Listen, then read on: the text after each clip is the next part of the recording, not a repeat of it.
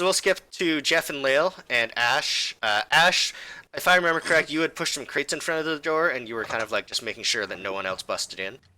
Yep. Okay. So we'll leave you there unless something changes. And Jeff and Lael, you guys are trying to beat open this chest. Yep. Yep. Who's actually swinging the warhammer? It's his. Yeah, I'm probably letting me. him do it. Okay, go ahead and make me 3 strength checks or 3 attack rolls.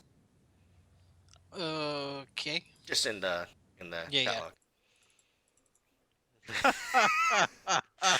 Well, Oh, that one is awesome.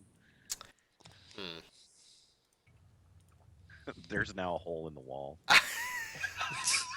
So yeah. So Ash, you're sitting there watching the front door, kind of, and like there's a bit of a chilly breeze coming in through the broken window, and you hear a smash come from behind you, and you look over, and the head of a warhammer is sticking into that room, and then it kind And of the wiggles. sound of laughter comes out through the hole. And there's a bit of a wiggling, and the hammer is yanked back, and you can see Jeff sitting there, and the expression on his face is not one of being impressed with himself.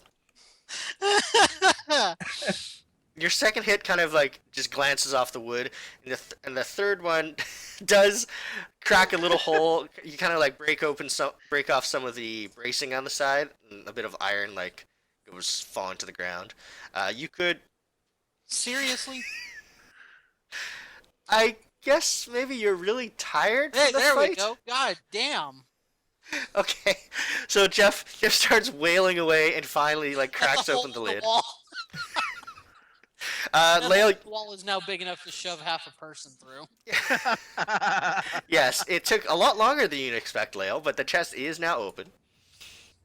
And inside you find there's a bunch of items. There's a lot of junk, like some old coats and some like ratty sweaters and stuff. But you just toss that aside, and inside you find a bunch of glass vials, a couple large pouches or sacks, and a hat box. For those of you who were around here last couple minutes last time, we were rewinding a bit because not everyone was. Oh, right. Okay. Because I was going to say, wait a second. I just realized we already know what's in here. Yeah. So Jeff and Lael. I'm going to go ahead and open the hat box. Okay. Well, inside the hat box, you pick it up and it's kind of hefty. It's clearly got something heavier than a hat in it. And sorry, one sec, my cord is caught in my mic.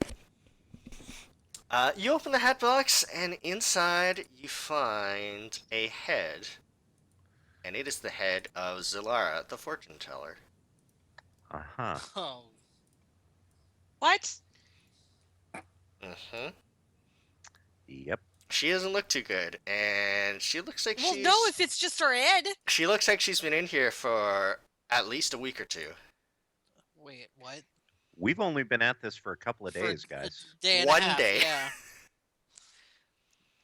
So, yeah. If it wasn't creepy enough, we were hired by a ghost. Cool. How awesome is that?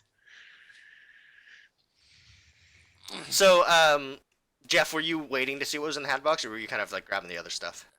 Well, I was kind of curious what was in the hat box, but I'll grab the other stuff while he's opening it. Okay. So the other stuff that you find in there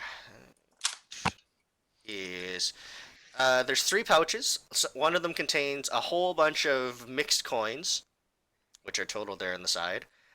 There's a separate kind of just a plain brown sack, and it's got some residuum in it, which even though you guys may not have used it before, you're well aware that it's used for magic rituals and whatnot.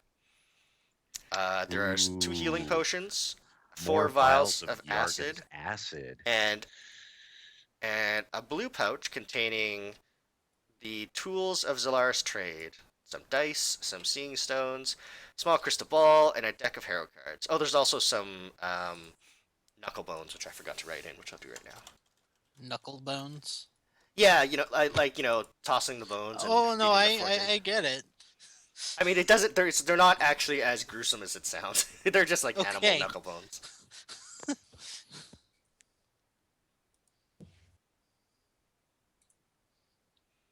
So more than likely, Gadrin decapitated her when she was in that little room in the warehouse, and that's why Yargan didn't want to go in there.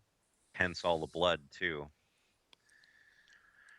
We thought that it was just a build up over time, and no.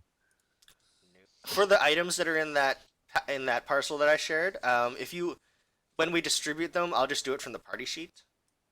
Okay. But Yeah. it's there for everyone to look at and and whatnot. I think I'm gonna take one of the healing potions since I used one in the last fight.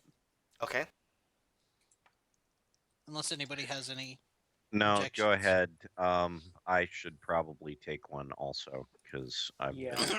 I would say Actually, you no. guys- I take that back. I'm not gonna take one. Okay. Somebody else who's like squishy, Ash. I can was take gonna say maybe Ash. Also, Ash is right up in melee. He's gonna hit a bit more. because I have lay on hands. I ended up swapping because Right. Okay. Well, I'll just write down the potion and the potions to Jeff and Ash for now, but we can distribute Okay. the rest after the party's back together. I like the acid. So, Ash, you could probably hear them starting to have this murmured conversation. Did you want to go check it out and join in? Just maybe stick your head through the wall. Yeah, I'll go see. Careful, What it might end up in the hat box.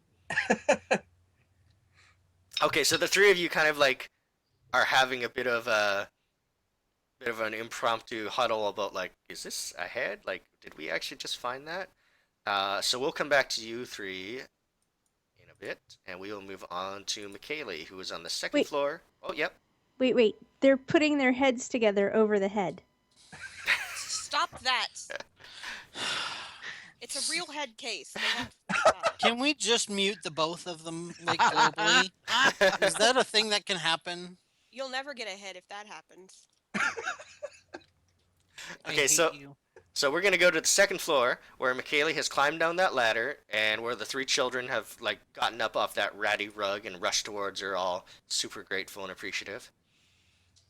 Now remember, McKaylee, you do know that there are still other thugs and stuff outside this door on the catwalks. So what would you like to do?